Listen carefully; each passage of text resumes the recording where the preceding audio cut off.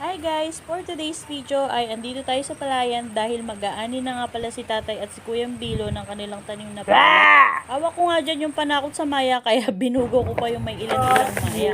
Ang oras na yan ay nagdala na rin akong merienda dahil oras na yan ay meriendahan na nga. May nilaga pa silang saging dyan sa kanilang kalan. Ayan, at punta na ako doon sa gitna ng palayan para videohan nga pala sila.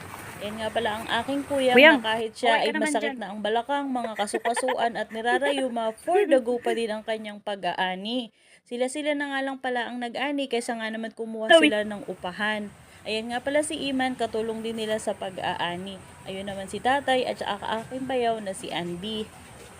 Nire-ready na nila dahil mamaya ay pabagsak na nga ang ulan, makulimlim na nga ang kalangitan.